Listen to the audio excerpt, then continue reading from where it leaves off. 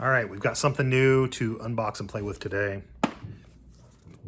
These are the Blink 500 B1 and the Blink 500 RXDI.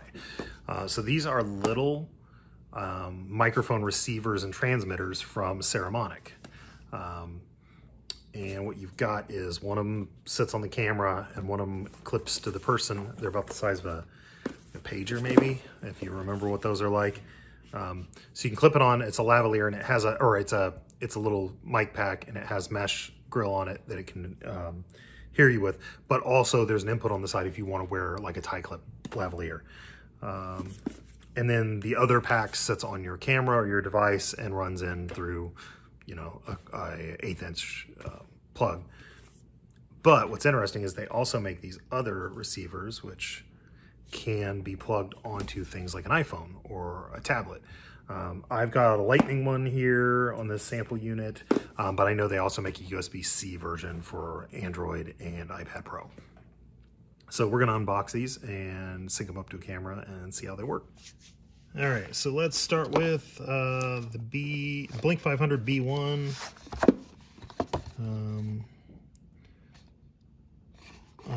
Oh, here we go. There are 6 kits, and there's some variation of the transmitter, the receiver, and the handheld or the phone or tablet receivers. And there's various versions where it comes with more mics or more receivers. And so built-in clip shoe mount and camera shoe mount, built-in microphone, and it comes with an Omni lapel mic. So let's go ahead and cut the tape on this. So we've got an instruction manual. Looks like this is the on-camera. Oh, there we go. This is the on-camera receiver. So this clips on. Where's the shoe mount? Does that somehow slide into shoe mount? Or looks like it's charged over USB-C. And then this is the microphone section. So there's a pairing button and a volume button. Again, USB-C, mic input, and a clip. Got a little lavalier mic. Nothing else there. What have we got? Goodies. Forbidden snack. We've got standard TRS, tip ring sleeve. We've got, this one is TRS to TRRS. So this is the one you use to go to mobile device headset connection. This is the one you use to go to most cameras. And on Saramonic, you can usually tell the difference because the one that is straight is the one that goes to a mobile device. The one that's right angle on both sides is for going to the side of a camera. And then it looks like they gave us 2 USB-A to USB-C cables, and I would bet these are probably, if they probably support normal data, but usually the included cables like this are rated USB 2.0. So be careful if you go and use these for something like a hard drive. They're going to run slower than a true USB 3 Type-C cable.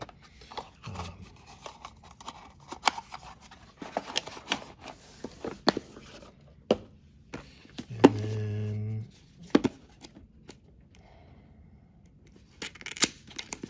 let's see what we got on this one.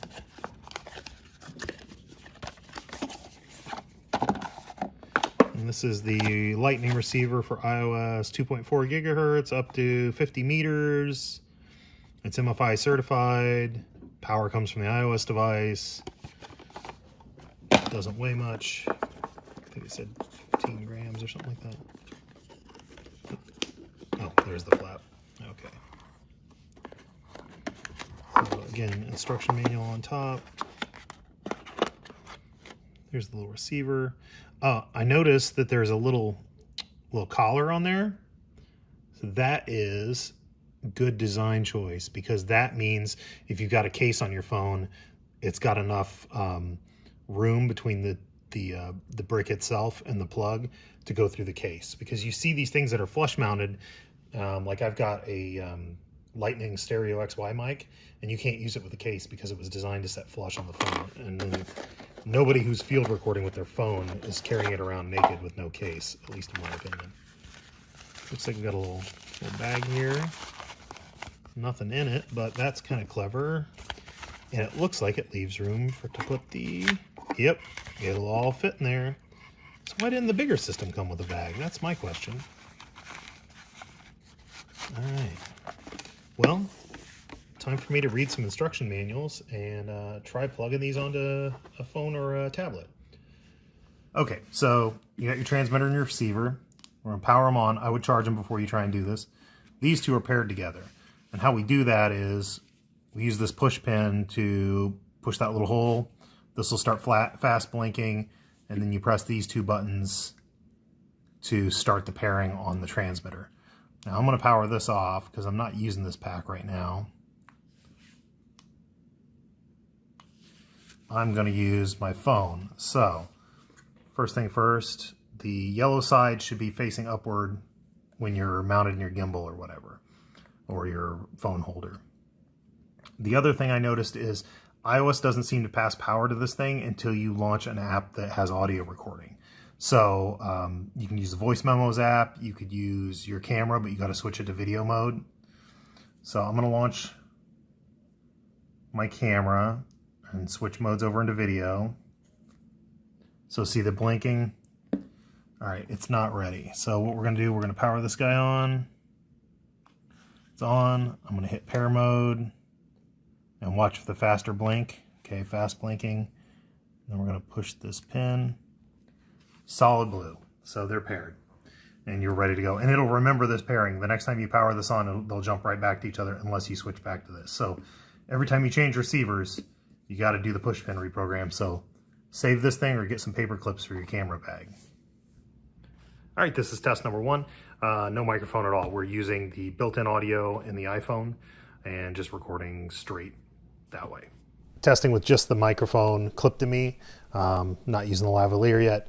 I noticed the last time I played with video files that I did this, I've done a couple today, the mic level is much lower on the pack than it is built in on my camera or on my phone. But what I can do is I have freedom of movement now, so I can leave the camera and move around freely. Next test, I'm going to plug in the lavalier, so give me a second. Now we're using the lavalier just plugged into the belt pack. I like how small this is, something easy to hide in a coat pocket or on your belt, not as obtrusive as a professional, like the kind of wireless pack you would use in a broadcast event or like in a church, somewhere where you need to broadcast to the back of the house. I mean, to go 50 meters or whatever, this is plenty powerful, and it's convenient to USB recharge, and it's small. Feel like the level of the mic that comes out of the lavalier is higher than what comes out of the grill here. One last feature is, I'm not going to do it right now, but you can unplug this and use this as a handheld. So there are times when you might want to do a man on the street interview, you didn't carry all the kit you needed with you. This would work for that, though you do have to worry about contact noise with the grill, because if you touch it, it's going to transfer a lot of noise. But it's just another way to use it. Quick footnote when using these, I ran into one glitch where when I plugged on the Lightning receiver, everything recorded great from the pack to the phone, but when I switched back to the iPhone microphone, everything sounded garbled and like it had some digital distortion in it until I rebooted the phone. I'm guessing it's something about iOS not cleanly disconnecting the audio interface, the audio device that's in here, and maybe setting a sample rate wrong. I don't know. I tried just relaunching the camera app, that didn't fix it, but rebooting the phone made it go away. So I would say between kit setups, like when you go from this back to regular iPhone, you probably want to do a quick reboot, at least until Apple or whoever figures that out. And maybe it was just a one-time thing that happened to me, but it was a bug worth noting.